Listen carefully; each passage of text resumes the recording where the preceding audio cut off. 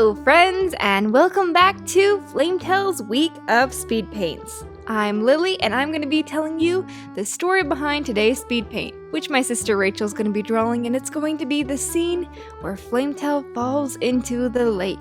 I'm just going to jump right into the reading for today. It's on pages 276 through 282 of Night Whispers. Shrieks sounded from the lake. Flametail pricked his ears. Was a cat in trouble? Then he recognized the voices of Red Willow and Pine Paw. They didn't sound in fear of their lives. In fact, they sounded happy.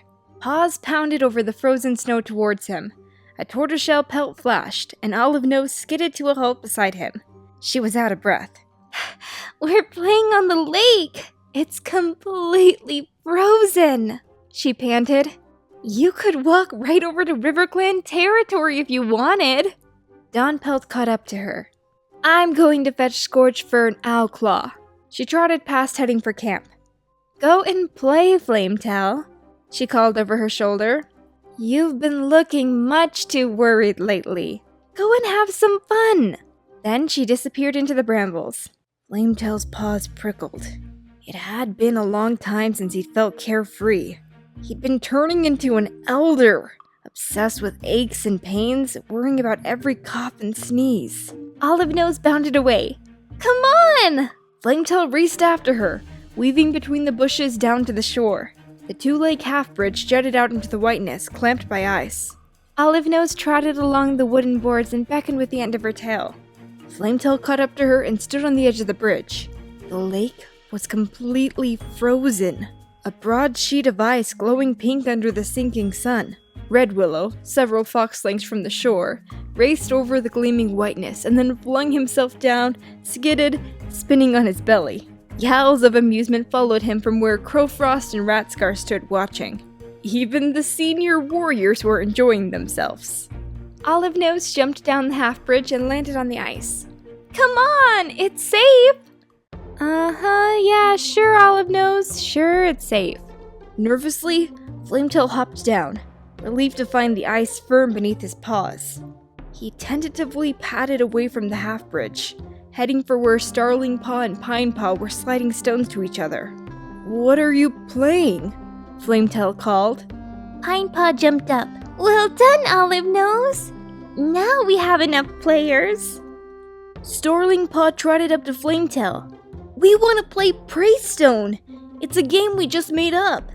He called to Pine Paw. "Slide that stone over here!" He stopped the smooth, fat stone with an expert paw as Pine Paw slid it over fast on the ice. "This is the prey," he explained, pushing the stone towards Flametail. "Over there is the prey hole." He flicked his tail and Flametail appeared across the ice. "It's not a real hole, but all the ice between that tree and that holly bush," Starling Paw flicked his tail towards the shore, "is where the stone will be safe. If you get it there, you win. If me and Pine Paw stop you, we win. And then we have to swap places." Flametail narrowed his eyes. "Are we playing hockey?" You guys are being Canadian." "Okay, got it." Flametail put his paw on the stone. Olive Nose padded past him. "I'm on your team," she told him. "Slide the stone to me if they block your path." Starling Paw and Pine Paw were already taking up positions guarding the prey hole. Flametail quickly realized it would be impossible just to slide the stone past them. Instead, he turned and began batting it away from them. "Keep up with me!" he called to Olive Nose. She scampered a few tail lengths away from him and stayed level as he pushed the stone further out across the lake. The ice was freezing under his paws, lightly dusted with snow, but wonderfully slippery. Out of the corner of his eye, Flametail spotted a group of ThunderClan cats, stepping gingerly onto the ice near their territory. He didn't care. There were no boundaries on the lake. Anyways, he was a medicine cat. He could go where he chose. As he picked up speed, he stopped lifting his paws and let them skate over the surface instead. The wind rippled his fur, and it felt like he was flying. He let himself glide, and then shoved the stone towards Olive Nose. She stopped it with a paw and spun around. "Let's attack!" she yelled. Flametail turned, matching Olive Nose's speed, and headed back towards Pine Paw and Starling Paw. They were crouched on the ice, eyes narrowed, ready to lunge in and stop it from whisking past them. Here! Olive Nose sent the stone towards him. Flametail caught it, not missing a step as he skated forward. He batted it back to Olive Nose, and she was ready and she parried it back to him. Starling Paw and Pine Paw looked from side to side, trying to follow the stone as Flametail and Olive Nose flicked it back and forth between them faster and faster, all the time closing in on the prey hole. Not fun that they just turned like a sport like hockey into the Warrior Cat books, and it just fits in seamlessly. So perfect. Flametail fixed his gaze on the gap between the two apprentices, and with an almighty shove, flung the stone across the ice. It whizzed towards the gap, straight as a diving hawk. Flametail slowed to a halt and watched it get closer and closer, excitement rising in his belly. I've got it! Pine Paw yelled to her den mate as she flung herself across the ice. She slid on her belly as fast as a snake and stopped the stone dead with an outstretched paw. Yowling in triumph, she hurled it back across the ice. It hurtled past Flametail, shooting towards the middle of the lake. Flametail turned, paws skidding, and raced after it. He skated past Ratscar and Crowfrost, chasing the stone as it whirled onwards. With a rush of satisfaction, he saw it slow down and slide to a halt. Dropping onto his belly, he slid after it. Crack! The world split beneath him. Terror gripped Flametail's chest as he felt the ice heave under his paws and tip him into the water. He slid into the freezing depths with a shriek. The water was instantly black around him. It dragged at his fur, so cold it felt like claws. Above him, the light faded as the water sucked him down. This is what I was seeing in my dream. He began to churn with desperate paws, fighting for the surface. Why didn't StarClan tell me? He blinked, focusing on which way the bubbles around him were drifting. Then headed upwards with a surge of hope. His paws thudded against a solid wall. No!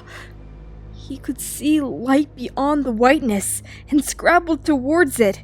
This time, his claws ripped against the jagged underside of the ice. He saw movement above him, shadows over the ice. He heard yowls and mews calling his name as paws thundered above him. And then, the water began to pull him down. He was too tired to fight it. As the noise and chaos faded, Flametail felt numbness spreading throughout his body. He let his paws grow still and allowed the water to cradle him. Such quiet. Such calm. Then, suddenly, the water started to churn. Flecks of ice and bubbles floated around him. He saw silky gray fur wafting towards him. Jayfeather? Had the ThunderClan medicine cat fallen in too? It's quiet here. He wanted to reassure his fellow medicine cat that everything was okay. Don't fight it. Suddenly, claws tugged at Flametail's fur. Jayfeather had grabbed a hold of him. He was trying to pull him up. Where did you learn to swim underwater? Through the darkening depths, Flametail could see Jayfeather's eyes. Though blind, they seemed to be pleading with him. He stared back. It's hopeless. The ice has blocked us in.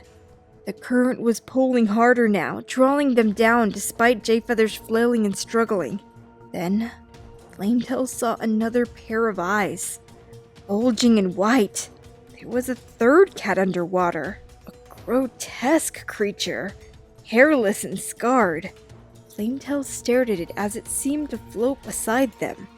A tiny part of his mind wondered if this was a StarClan cat he had not yet met yet. But did any warriors, past or present, look like that?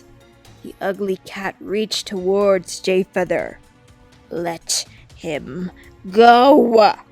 Flametail heard the voice in his head. It wasn't speaking to him. It was speaking to Jayfeather.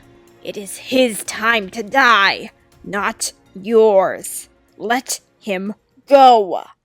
Flametail felt Jayfeather's claws unhook from his pelt. He began to sink, gazing up at the fading light. Darkness swept over Flametail, and the sunlight vanished forever. Oh man, that was a dramatic chapter. But that was really well written. I liked the part where they did the hockey playing. That was super funny. And it's quite confusing when Jayfeather all of a sudden jumps in the water. How did he even get there? I guess in another chapter in this book it kind of explains it better. But from Flametail's point of view, it's quite confusing. He's like, what? What are you doing here, Jayfeather? Wait, can you even see me? How do you know how to swim underwater? Kind of makes me wonder why it was Jayfeather that jumped into the water after him. Man, don't play on the ice because you can seriously fall under and get trapped underneath. I've seen the story of Jack Frost from the Guardians too many times to know that one. So sad. But anyways, I hope you guys enjoyed this scene, and be sure to stay tuned for more speed paints of Flametail coming to you guys real soon. Thanks so much for your patience. I really appreciate it. Well, I hope you enjoyed today's drawing and theory. Make sure to check out the video on the side of our last speed paint. And click that subscribe button and little bell icon so that you can always be notified when we upload, so that you can be part of #EarlyClan. Down below in the description will be links to our eBay and Etsy stores, where cool merch items are available for purchase. Alright guys, thank you so much for tuning in. I'll see you soon for the next speed paint. Bye-bye!